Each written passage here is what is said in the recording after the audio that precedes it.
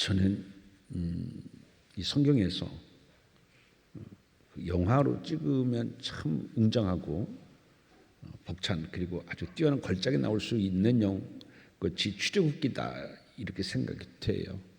그래서 한번 제가 이 출애굽기를 영화로 만들면 어떻게 만들까 하고 먼저 생각해 본 적이 있습니다.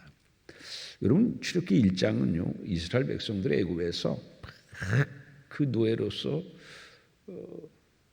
고생하면서 학대받는 이야기가 나와요. 그리고서 2장서부터는 이제 하나님께서 그 학대받는 이스라엘을 구원 귀하여서 아기 모세를 태어나게 하고 그리고 그 아기가 이제 태어났을 때에 우리가 잘 아는 것처럼 산의 아이들은 다 죽잖아요. 죽여야 돼요. 태어나면 바로 나일강에 집어 던져야 돼요. 정말 조마조마한 순간이에요. 근데 거기에서 아이 하나를 이렇게 숨겨서 키운 부모의 이야기가 나와요. 나중에 100일 돼서 도저히 이제 그 울음소에 커져가지고서 키울 수 없으니까 갈대상자에다가 이 아이를 뉘어서 띄우잖아요. 근데 극적으로 그 바로의 공주가 그 갈대상자의 아이를 발견하고 데려가서 키우는 이야기죠. 출애굽기는요 정말 시작부터 드라마틱하고 손에 땀을 쥐게 하고 정말 볼거리 그리고 감동거리를 드라마틱하게 우리에게 많이 제공해 줘요. 출애굽기의 마지막은 어떻게 끝을 맺습니까? 이제 그 애굽에서 하나님께서 해방시켜 주는데 10가지의 재앙을 통하여서 애굽을 무릎 꿇게 하시잖아요. 영화로 10가지의 그 재앙을 이렇게 찍으면 그것도 굉장한 그러한 작품성이 높은 것을 우리에게 제공해 줄 것이다 생각해요. 그리고서는 이제 그 하나님이 예비하신 땅으로 가는데 구름 기둥과 불 기둥으로 막 인도하잖아요. 생각해 보세요. 감동적이지 않습니까? 앞에서 큰 불기둥이, 보지도 못한 불 기둥이, 그리고 낮에는 구름 기둥이 막 햇빛을 가려주고 참 신기했을 거예요. 근데 출애굽기 마지막은 뭘로 끝나냐면 그렇게 이제 하나님께서 예비하신 가나안 땅으로 가는데 가면서 하나님께서 이스라엘 백성들에게 성막을 지으라고 말씀해 주셔요. 성막은 어떻게 지어라.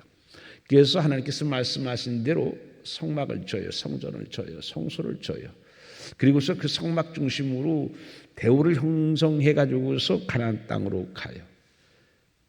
그리고서 맨 마지막 장에 보게 되면 출애굽기는 그 성막에 하나님의 영광이 빛으로 임하는 것으로 끝나요. 그 영화를 만들면 좀 장엄하고 아주 드라마틱한 감동을 줄 수 있는 영화가 될 것이다. 그런 생각을 해봅니다. 그리고 제가 지금 영화 말씀을 드렸습니다만은 출애굽기 2장은요. 아까도 말씀한 것처럼 나일강에서 구출된 모세의 이야기가 나오게 돼요. 그런데 이것은 뒤에 뭐를 예고하고 뭐를 암시하고 있느냐면 바로 홍해에서 구출된 이스라엘의 이야기를 예고해주고 있는 예고편과 같습니다. 모세는 어디에서 구출됐어요? 나일강에서. 조금 있다가 이제 애굽에서 노예로 해방되어져 가서 가는 데에 이스라엘 백성들의 앞에는 홍해가 있잖아요. 어디서 구출해줘요? 하나님께서는 홍해에서. 모세는 나일강에서, 이스라엘은 홍해에서. 아주 굉장히 그걸 암시 예고의 모습이 굉장히 강하게 있습니다. 그리고 기적적으로 그 모세는 그 바로의 공주로 말미암아 입양이 되어져서 왕자로 살아가게 되어지는데 이 이야기는 장래에 하나님께서 이스라엘 백성들을 하나님의 자녀로 입양되어질 미래의 모습도 이렇게 예고해주고 있습니다. 참 그런 거 보면 영화로 찍을 수 있는 모든 요소들을 복합적으로 잘 갖추고 있는 것이 출애굽기다 생각이 들어요. 근데 모세라고 하는 것은 우리가 잘 아는 것처럼 이름의 뜻은 물에서 건져내다라는 뜻이잖아요. 당시 애굽은 이스라엘을 노예로 아주 혹사시키던 그런 바로 왕 때입니다. 근데 점점 이스라엘 사람들이 불어나니까 바로 왕은 위협을 느껴요. 나중에 이스라엘 사람들이 더 많아지게 되게 되면 애굽 사람들이 감당할 수가 없게 되어지니까 거기에 이 급격한 출생률에 두려움을 느낀 바로 왕은 히브리 남자 아이들은 낳기만 하면 다 나일강에 던져 죽이라고 하는 명령을 내려요. 딸 그냥 키워도 괜찮은데 아들만 그렇게 죽이라고 그렇게 얘기해요. 모세가 태어났을 때 하필이면요 그럴 때 태어나요. 위험과 죽음, 불안의 시기에 모세는 태어납니다. 그런데 뭐와 데자뷰하고 비슷하냐면 신약에 가게 되면 동방 박사가 아기 예수가 탄생했다는 이야기를 듣게 되었잖아요. 그래서 별을 보고서 찾아왔어요. 그래서 어디서 아기가 태어났는지 수소문해요. 그때 사람들에게 금방 퍼져나갔어요. 야, 유대인의 왕이 태어났었대. 뭐? 유대인의 왕이? 뭔 소리야? 그러니까요. 예루살렘 성이 마태복음 2장 3절 말씀에 보면 소동했다고 그랬어요. 소동했다는 얘기가 뭐예요? 난리 났다는 얘기요. 유대인의 왕이 태어났대. 유대인의 왕이 태어났대. 거기에 더럽 불안을 느낀 게 헤롯이잖아요. 그래서 동방 박사들에게 너희가 아기 예수를 경배하고 오면은 반드시 돌아오는 길에 들려서 알려달라고 얘기를 하는데 하나님께서 꿈에 나타나셔가지고서 그 헤롯에게 가지 말고 그냥 다른 데로 가라고 알려주셨어요. 나중에 헤롯이 그것을 알고 난 다음에 누가 그 동방 박사가 경배한 아이인지 모르니 어떻게 해요? 두 살 아래 된 아이들을 죽이라고 얘기를 해요. 모세가 태어나면 남자애는 다 죽이라는 이야기하고 신약에 그 2살 아이들은 다 죽이라는 그 예수님의 당시야. 너무 흡사하잖아요. 그 출애굽은요 예고편인 거예요. 구원의 예고편. 그래서 인간은 어떻게 구원받는가에 대해서 가장 잘 극적으로 영화처럼 잘 설명해주고 보여주고 있는 것이 뭐냐면 바로 이 출애굽기다라는 이야기인 것입니다. 그런데 이 모세가 태어났는데 그 태어난 것을 2절에서는 뭐라고 말씀하고 있느냐면 그가 어떻게 태어났대요? 잘생긴 것을 보고 잘생겼대요. 태어나면서부터 아주 잘생겼대요. 근데 이 잘생겼다라고 하는 것은 몇 가지 의미를 가지고 있어요. 우리가 이렇게 얼굴이 이목구비가 뚜렷해서 잘생긴 것도 맞아요. 그러나 또 하나의 뜻이 있어요. 그것은 뭐냐면 내적인 순결도 의미를 해요. 그렇게 딱 태어나자마자 보니까 그 아이에게 범상치 않는 기운이 있었던 것 같아요. 다른 아이에서는 느낄 수 없는 어떤 신비로운 기운이 있었던 것이죠. 그게 뭐냐면 그게 바로 내적 순결이 뭔가 달라요. 뭐가 다르느냐? 어린 아이가요. 다른 아이에게 없는 내적 순결의 기운이 뿜어져 나오는 것 같았어요. 그게 잘생긴 거예요. 또 하나 뜻이 있어요. 그건 뭐냐면은 그 아름답다라고 하는 단어인데 여러분 아름답다라고 하는 단어가 어디에서 제일 먼저 사용되었냐면 하나님께서 창세기에 세상을 다 창조하시고 난 다음에 뭐라 했어요? 보시기에 좋았더라. 그래서 여기서 잘생겼더라라는 단어하고 보시기에 좋았더라는 단어하고 똑같은 단어예요. 근데 이게 무슨 얘기냐면, 여러분, 창세기 하나님께서 보시기에 좋았다라는 것은 뭐냐면 하나님의 목적을 감당하기에 적합한 모습을 갖고 있다라는 뜻인데, 이 모세도 잘생겼다는 것은 하나님의 목적을 감당하기에 적합한 모양을 하고 있다, 그런 뜻이에요. 그러니까 모세 부모가 딱 보는 순간 어떤 생각이 들었느냐면, 내가 낳았어도요 범상치 않는 아이를 낳은 것 같아요. 근데 사실 부모가 그래요.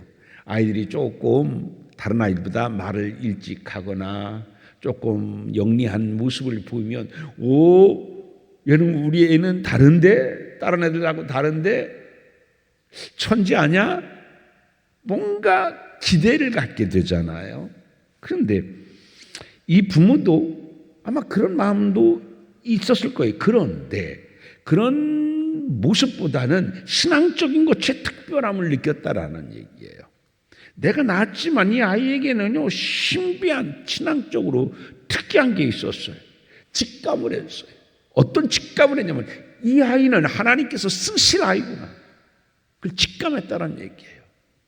하나님께서 쓰실 아이구나. 그게 은혜예요. 여러분, 은혜라고 하는 뜻에는 어떤 뜻이 담겨 있냐면, 따라서 합시다. 깨닫다. 여러분, 은혜 받았다라는 게 뭐예요? 은혜 받았다는 걸 잘 생각해 보세요. 오늘 교회에서 목사님 설교에 은혜 받았어 라고 하는 것은 뭐냐면 깨달았어. 모르던 것을 깨달았어. 그 깨닫다라는 뜻을 갖고 있거든요. 그게 은혜인 거예요. 모세 부모에게 하나님의 은혜가 임했어요. 어떤 은혜가 임했느냐? 이 아이는 하나님께서 쓰실 아이구나라는 것을 깨달았다는 얘기입니다. 그게 은혜. 왜요? 그 은혜이기 때문에 나중에 이 아이를 나일강에 던지지 않았어요. 그게 은혜잖아요. 그게 은혜잖아요. 죽을 아이가 살아났잖아요. 그런데 노예로서 계속 신음할 수밖에 없었던 이스라엘 백성들을 나중에 구원한 사람이 누구예요? 모세예요. 이게 은혜잖아요. 그러니까 은혜의 시작은 어디서 시작되었냐면 깨닫는 것부터 은혜가 시작되어져요. 여러분, 은혜를 사모하십니까? 성경을 읽거나 하나님의 말씀을 읽을 때에 깨닫는 은혜 여러분들에게 있어지길 바랍니다. 그 깨닫는 은혜부터 하나님의 역사가 시작되어지는 거예요. 작은 깨달음이었었어요.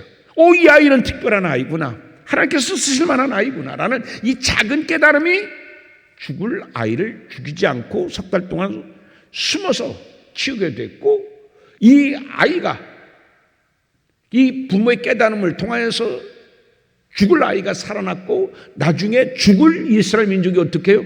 구원받는 민족이 되었어요. 이 작은 부모의 깨달음이 나중에 이스라엘 전체의 역사를 바꾸고 운명을 바꾸는 그러한 큰 은혜로 이어지게 된 거예요. 여러분도 하나님의 말씀을 읽고 하나님의 말씀을 읽을 때에 그 작은 깨달음이 있으면 그건 작은 깨달음이 아니에요. 큰 은혜로 여러분들에게 나타나게 될 줄 믿습니다. 그래서 우리는 하나님의 말씀을 읽을 때나 들을 때나 어떻게 읽고 들어야 되냐면, 하나님 깨닫게 하옵소서, 성령께서 나로 말미암아 깨닫는 은혜를 더하여 주옵소서. 그럴 때 우리가 하나님의 말씀을 깨달을 때에 그 깨닫는 그 말씀이 내 삶을 변화시키게 되어지는 거예요. 절망의 어둠을 뚫고 어둠의 벽을 깨고 희망으로 길이 없는 곳에 길을 열어주는 것이 뭐냐면 깨달음인 거예요. 이 모세의 부모에게 이 깨달음이 있었어요. 그래서 그들은 큰 결심을 하게 돼요. 어떤 결심이에요? 죽이지 말아야지. 이건 하나님의 분명히 이를 통해서 무언가 하려고 하시는 거구나. 나는 뭔가 하시려는지는 구체적으로 모르지만은, 그러나 이 아이를 통하여 하나님께서는 분명히 어떤 일을 하려고 하시는구나. 그래서 그들은요 목숨을 걸고 석 달 동안 숨겨 키웠어요. 옆에도 알지 못하게. 이웃집에도 알지 못하게, 가장 친한, 가장 가까운 지인도 절친도 알지 못하게 숨겨서 이 아이를 키웠어요. 여러분 생각해 보시세요. 우리는 쉽게 이야기하고 쉽게 듣습니다마는 얼마나 간이 콩할 만했겠어요. 그렇잖아요? 얼마나 간이 콩할 만했겠어요. 애가 자주 울어요, 안 울어요? 울어요. 그러면 아이의 울음소리가 바깥으로 새어나가게 되면 어떻게 해요? 당장 죽죠. 얼마나 콩알처럼 그렇게 간이 쪼그라들었겠어요. 낮에 밤에도 잠을 제대로 잤겠어요? 아슬아슬한 순간이 얼마나 있겠어요? 사람이 사는 것 같지가 않겠죠. 이렇게 석 달 동안 산다는 게 정말 힘들었을 거예요. 근데 이렇게 그들이 석 달 동안 버텼던 이유가 뭐냐면, 따라서 합시다. 기도. 뭐라고요? 그렇죠. 이게 하나님이 쓰실 만한 아이구나. 이 아이에게 그러한 기운이 보이는구나. 그래서 어떻게 했겠어요? 하나님께서 이 아이를 쓰시려고 하는 줄 믿습니다. 하나님이 친히 지켜주옵소서. 얼마나 기도했겠어요. 저는 이 석 달이 기도의 시간들이었었겠다, 그런 생각이 들어요. 그렇지 않습니까? 그냥 숨긴 게 아니죠. 그 기도도 어떤 기도였겠어요? 그 기도도 정말 절박한 기도였겠죠. 그냥 입으로 하는 기도였겠어요? 그 가슴 가장 깊은 곳에서, 심장에서 튀어나오는 그런 기도였겠죠. 순간순간마다 아슬아슬한 순간에 하나님께서 다른 사람의 눈도 가려주시고 다른 사람의 귀도 가려주시고, 그래서 이 3개월 동안은 정말 절박한 기도로 채워진 3개월이었겠다 생각이 들어요. 그런데 여러분, 히브리서 11장 23절을 나중에 가서 보시면 그들은요 석 달 동안 숨겼으면서도 왕의 명령을 무서워하지 아니했다, 이렇게 히브리서 11장 23절에는 기록되고 있어요. 우리가 생각해 보세요. 의외잖아요. 웬만한 사람 같으면 어떻게 해요? 얼마나 무서웠겠어요. 들키면 어떡하지? 무서웠겠잖아요. 그렇잖아요. 그런데 무서워하지 않았대요. 왜 무서워하지 않았어요? 하나님이 이 아이를 분명히 들었으실 거야. 그러면 누가 지켜줄 거라고요? 하나님이 지켜주실 거야. 지금 안심할 수 있는 상황이 아니잖아요. 지금 불안한 상황이잖아요. 무서워해야 될 상황이잖아요. 그런데 하나님이 이 아이와 함께 하셔서 분명히 이 아이는 하나님이 지켜주실 거야, 책임져 주실 거야 라고 하는 믿음 때문에 두려워하지 않았어. 두려움의 환경이 아니기 때문에 두려워하지 않은 게 아니에요. 불안의 환경이에요. 두려움의 환경이에요. 걱정, 근심의 환경이에요. 그런데도 걱정, 근심, 두려워하지 않겠다. 여러분, 지금 내 환경이 문제가 아니에요. 지금 내 형편, 내 처지가 중요한 게 아니에요.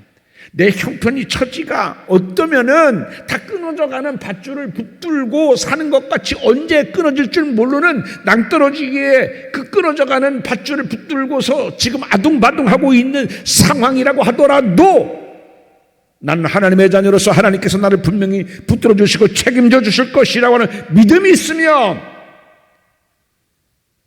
내 상황이 그래도 우리는 두려워하지 않을 수 있다. 이 믿음이 여러분에게 있기를 주님의 이름으로 축원드립니다.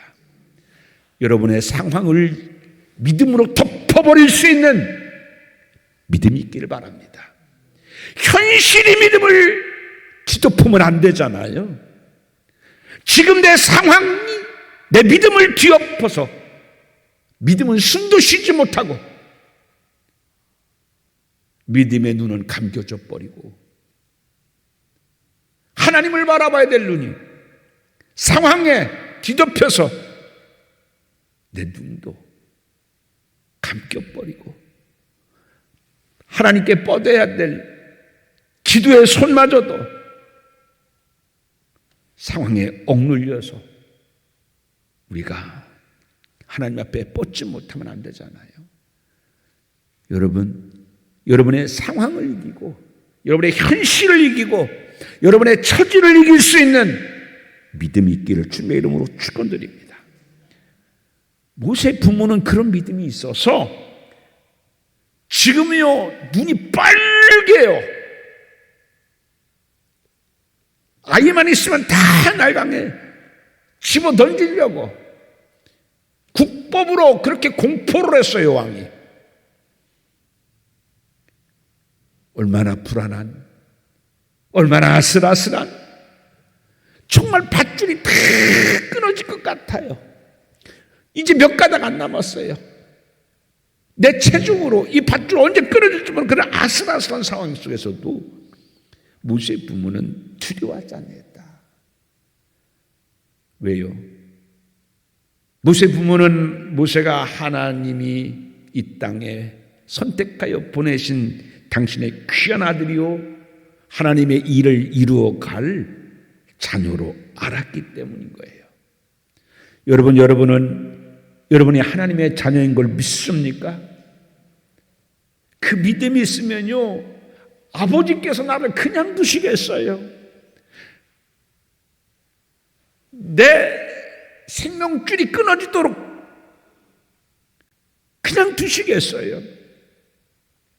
오늘 살아가는 것이 아무리 힘들다고 하더라도 그 줄이 끊어지도록 하나님께 내버려 두시겠어요?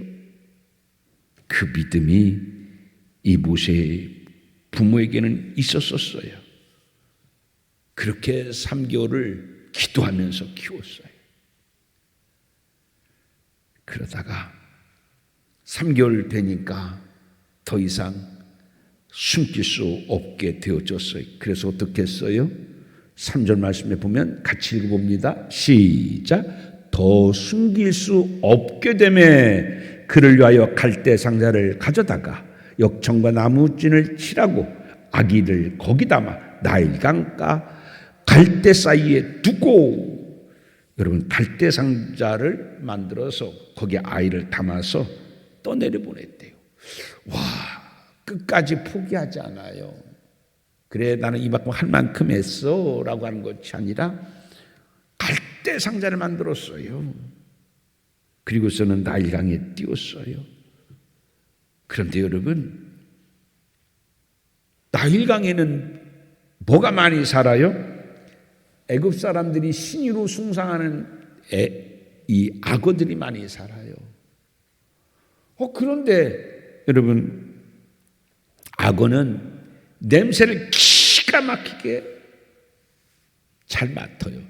그런데 이제 100일도 안 됐잖아요. 그러니까 전 냄새가 많이 나야 안 나요? 나잖아요. 전 냄새, 여러분 전 냄새 하니까 여러분 그 전 냄새가 여러분의 머릿속에 떠오르잖아요. 그렇잖아요. 알잖아요. 전 냄새는요 강해요. 강해요. 사라지지 않아요. 그래서 산모방에 가면 아이의 전 냄새가 금방 나잖아요. 숨길 수 없어요. 그런데 나일강에요 그 악어들이 그 냄새 하나 못 맡겠어요. 막 달려들겠죠. 우글우글하고 있는 그 나일강에 악어들이 달려들겠죠. 그런데 이 모세 부모들은요 갈대상자 그게 얼마나 약해. 정말 깨워주기 쉽잖아요. 거기다가 냄새 얼마나 잘 맡아요. 악어가 득실거리는 그곳에 왜 그랬을까요? 따라서 합시다. 믿음 때문이다. 그래요. 사람이 생각할 때는요 이거 참 약한 갈대 상자 같아요. 아무것도 금방 부서질 것 같아요. 근데 하나님이 지켜주시면 갈대 상자가 아니라는 얘기예요. 철로 만든 어떤 군함보다도 더 튼튼한 가장 안전한 보금자리가 될 거라고 믿었어요. 세상으로는요 갈대상자예요. 그러나 믿을 때에 갈대상자는 어떠한 나일강에 돌이 많거든요. 돌에 부딪혀도 부서지지 않고 깨어지지 않는 가장 안전한 초롱성 같은 복음자가 되어졌다는 얘기예요. 세상 사람들이 볼 때는요 갈대상자 같아요. 우리의 인생이, 내 인생이 언제 어떻게 어디에 부딪혀가지고서 흔적도 없이 금방 부서질 것 같은 연약한 갈대상자 같아도 누가 붙들어 주시면, 하나님이 붙들어 주시고 하나님이 함께하면 그건 더 이상 갈대상자가 아니에요. 그렇게 냄새를 잘 맡는 나일강에 우글거리는 악어떼가 있음에도 불구하고 하나님이 함께 하시면 신기하게요 악어들이 냄새를 못 맡아요. 악에게 달려들지를 않아요. 이게 신비한 역사잖아요. 여러분에게도 그러한 믿음의 역사, 하나님의 역사가 임하기를 주님의 이름으로 축원드립니다. 이상하네. 아니 저 집 진짜 안 될 것 같은데, 저 집 금방 파산당할 것 같은데, 금방 깨어질 것 같은데, 모든 게 그래요. 아이를 담근 상자도 갈대상자고, 아이가 지금 있는 위치도 악어가 득실득실한 나일강, 뭐 하나 안전할 게 하나도 없어요. 그럼에도 불구하고 모세의 부모는 갈대상자를 만들어서 나일강에 띄웠어요. 악어보다도 갈대상자보다도 그걸 믿은 게 아니에요. 뭘 믿었어요? 하나님을 믿었어요. 따라합시다. 하나님이 계시면, 하나님이 함께 하시면 갈대상자도 가장 안전한 보금자리가 된다. 믿습니까? 하나님이 함께 하시면 악어도 냄새를 못 맡는다. 믿습니까? 그렇게 하나님은 여러분의 삶에 개입해 주실 거예요. 뿐만 아니에요. 그때 누가 목욕을 하러 왔다가 이 아이를 발견하게 됩니까? 공주잖아요. 여러분 생각해 봐요. 조금만 늦게 왔어도, 아니면 조금만 늦게 왔어도 이 갈대상자를 발견할 수 없었을 거예요. 가장 정확한 시간, 그 타이밍에 기가 막히게 거기에 애굽의 공주가 목욕하러 왔어요. 누구의 섭리예요? 하나님의 섭리죠. 시간까지도 맞추시는 하나님. 여러분, 그런데요, 이게 문제가 딱 생겼어요. 뭐냐면, 딱 봤는데 이 아이가 히브리인 줄 알았겠어요? 몰랐겠어요? 알았어요. 6절을 같이 봅니다. 시작. 열고 그 아기를 보니 아기가 우는지라 그가 그를 불쌍히 여겨 이르되 이는 히브리 사람의 아기로다. 여러분 신기하잖아요. 냄새도 많이 나요. 아기가 울어요. 그러면 악어는 들을 수도 있어요. 냄새 맡을 수도 있어요. 그런데 울었는데도 악어가 알았어요? 몰랐어요? 몰랐어요. 그것도 신기하잖아요. 더 신기한 건 뭐냐면요. 바로의 공주가 딱 보니까 히브리 아이예요. 히브리 사람이에요. 이거 큰일 났어요? 큰일 나지 않았어요? 큰일 났어요. 왜요?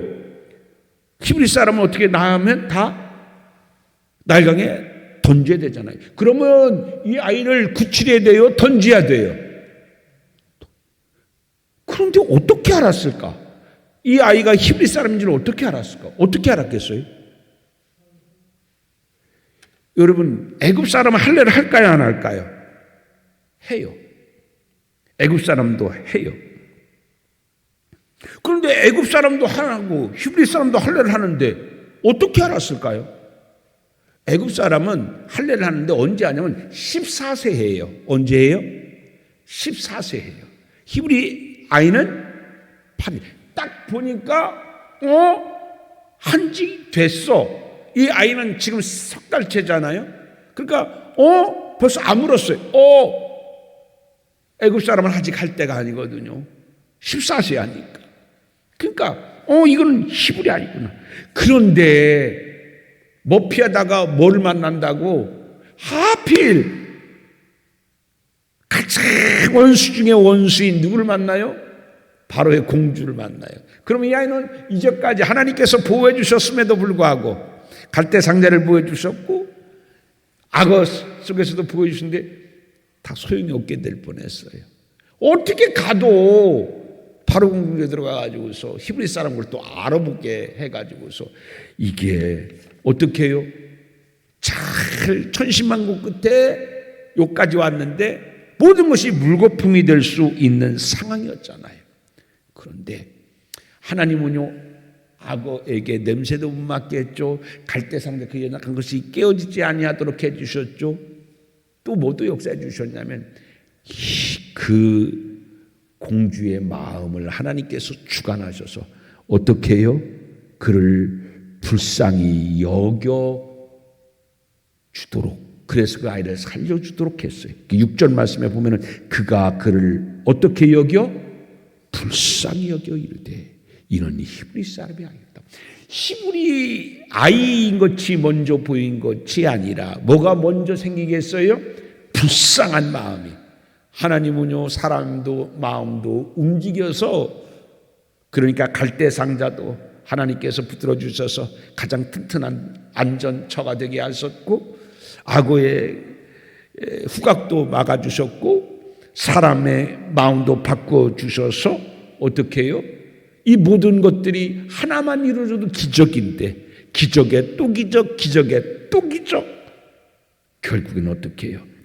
이 아이가 오히려 죽임을 당한 것이 아니라 애굽의 왕자로 살아가게 되어진다. 이게 다 하나님의 역사다. 이것이 2장 오늘 본문의 내용인 것입니다.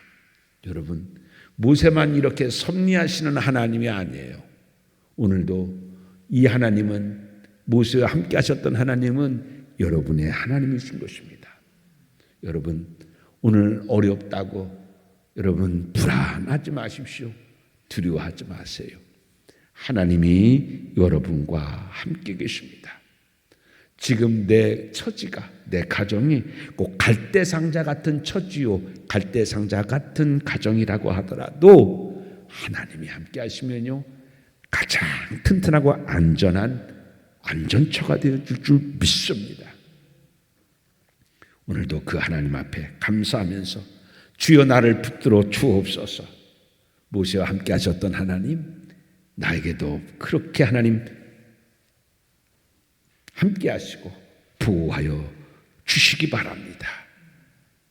그런 믿음으로 모세의 하나님을 경험하며 살 수 있는 여러분 되어지기를 주님의 이름으로 축원드립니다. 기도합니다. 아버지 하나님, 하나만 이루어져도 기적인데 갈대 상자도 지켜주셨고 그 급류에서도 떠내려가지 아니하도록, 급류에서도 돌에 부딪혀 부서지지 아니하도록 갈대 상자를 지켜주셨던 하나님, 우글거리는 악어들 틈새 속에서도 전내나는 악의 모세를 지켜줬던 하나님, 그리고 바로의 공주의 마음을 움직여서 죽이지 않냐고 불쌍히 여기도록 지켜주셨던 하나님, 오늘 저들도 그렇게 지켜주옵소서. 저들의 생업이, 저들의 가정이 갈대상자 같을지라도, 저들의 환경이 악어가 울거리는 그런 환경일지라도 모세를 지켜주셨던 것처럼 하나님 저들을 그렇게 지켜주시옵소서. 주님의 지켜주심과 안보하심으로 저들의 가정이 평안하기를 원합니다. 하나님의 아름다운 축복의 인도를 받게 하여 주옵소서. 믿고 예수님 이름으로 기도하옵나이다.